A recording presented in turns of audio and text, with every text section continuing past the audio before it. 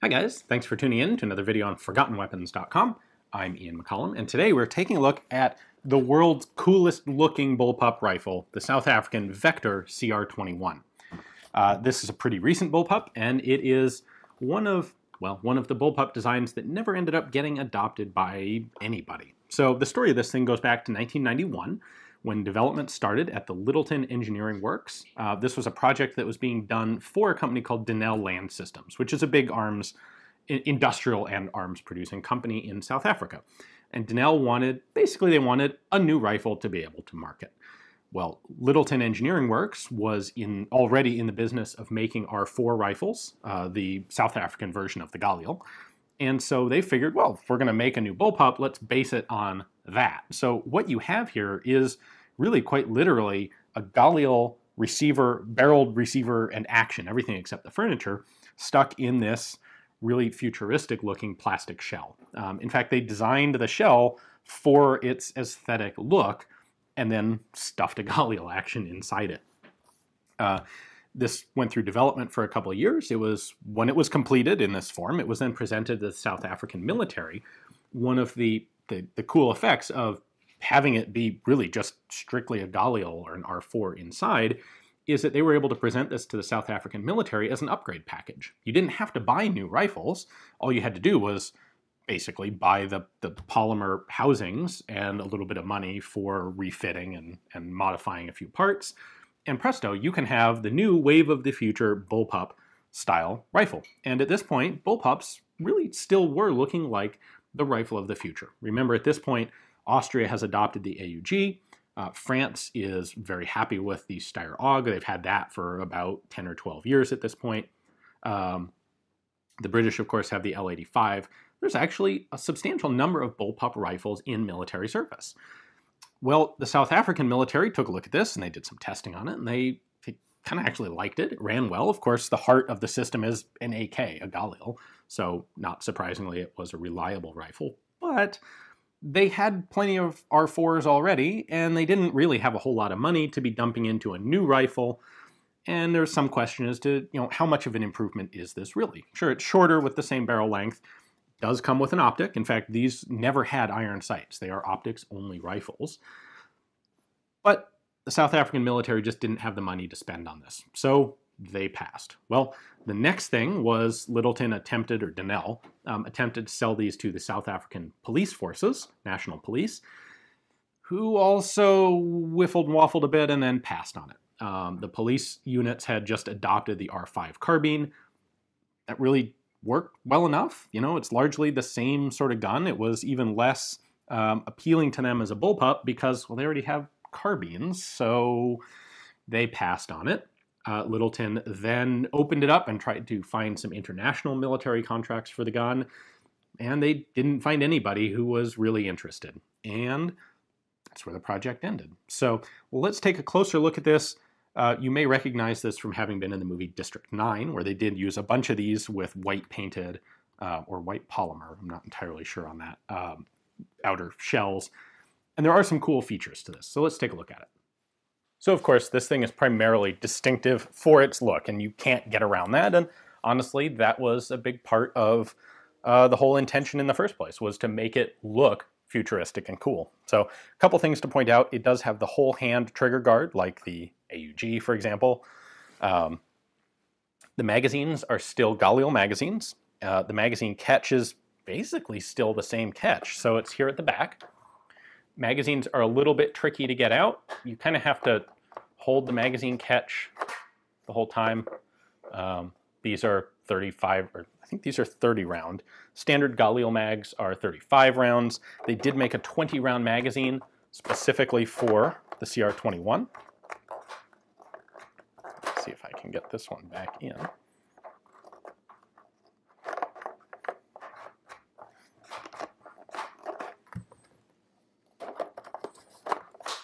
There we go. I should point out the markings on the receiver are Vektor CR21. That's pretty standard across all of them, and that's basically the only markings on them.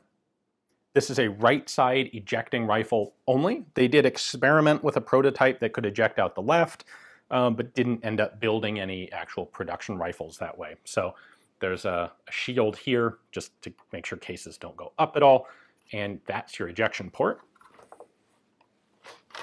You can see the bolt cycling inside there.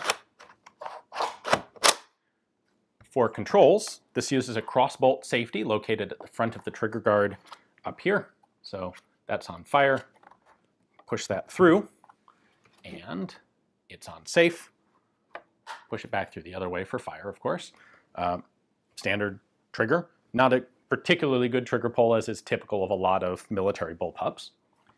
And then the selector switch is located back here on the buttstock, and it is located on both sides of the buttstock. Obviously, 1 bullet is for semi-auto, 3 is not a burst, 3 is full auto, based on, of course, the original Galil or R4 fire control group. The charging handle is located on the left side. It's non-reciprocating, and it basically, we'll take a look at the bolt in just a minute, but basically this is just a rod that pushes the bolt back to cycle it manually if you need to do that.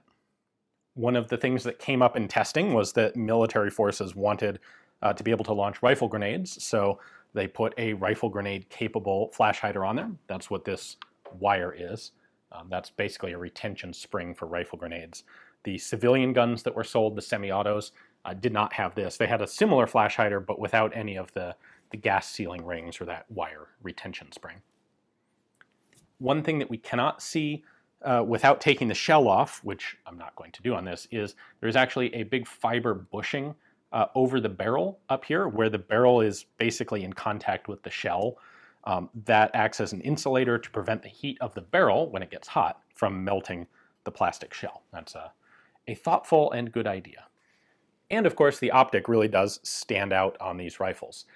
They never had iron sights. The original ones had built-in optics. They later went to a Picatinny rail on top when they were trying to get external sales for these guns. You'll see both versions. See the Vektor logo on the front of the optic. This is a fiber optic powered scope, so there is no battery in it. There's no power for it. It just lights up, and it's got kind of an interesting chevron style of reticle. Now, to disassemble this, to field strip it, there's a little latch here in the bottom of the buttstock, and we're going to pull that forward. There we go. Once that's loose, like so, then we can come back here and pull off this top piece of the shell.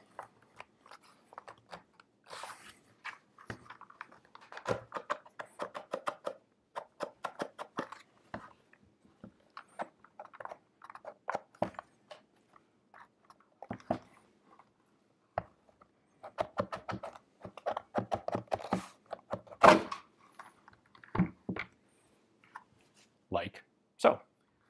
And once we're inside here, then you can really obviously see the Galil parts. So this is a standard Galil recoil spring assembly. We can pull that out. We can then pull out the bolt and carrier, which are obviously basic Galil or AK parts. And then looking at the receiver, you can see all of the classic AK elements in there. This little end cap has been fitted on. This is held in place by a pin, which is integral to the rear sling swivel, and that just acts as a rear cap on the receiver. These are milled receivers. There's a connecting rod for the trigger that connects the basic standard unmodified Galil trigger mechanism up to the trigger in the front. The charging handle is right here. It doesn't have a spring in it because it gets pushed forward by the bolt carrier. And what they have done to modify the bolt carrier is to cut off the actual handle and weld on this little lug. This lug is what the charging handle pushes on. So again, all the charging handle does is just push this back to cycle manually. When you're firing, you have the gas piston up front, running off of a gas block and a gas port in the barrel, just like on the original Galil rifles. You can recognize the front trunnion here, or the front section of the milled receiver. It is still 5.56, of course, and everything else is a little bit less exotic than the outside shell makes it look. I can show you how that runs. Obviously, this handle is connected straight through to that rod, pushing on that lug on the bolt carrier. So basic AK operating system. In total, Lyttelton originally built 200 rifles, of which 40 were semi-auto and the other 160 were select fire. And then they built parts for another 200, so the outer shells and that sort of thing. Eventually, ultimately, in 2008, the whole project was sold off to a company called Noble-Tech that, parts, whatever rifles were left, everything. Virtually all of the original full auto rifles were converted to semi-auto. I'm pretty sure that was done so they could be sold on the South African civilian market. Noble-Tech also then went and built guns out of the remaining parts that they had. A few of these have come into the US as parts kits, which were then completed, like this one. Of course, as a parts kit, it's really, while it's a completely alien-looking rifle, it's a really easy gun to build because internally it's almost all straight Galil. So if you can get the really distinctive parts, completing the rifle is actually not that difficult. Anyway, regardless, they are still quite rare because they only made a couple hundred in the first place, and not very many of those have actually trickled into the United States. So a big thanks to the rifle's owner for letting me take a look at this one and show it to you guys. Hopefully you enjoyed the video. If you did, make sure to tune back in tomorrow for another cool forgotten weapon. Thanks for watching.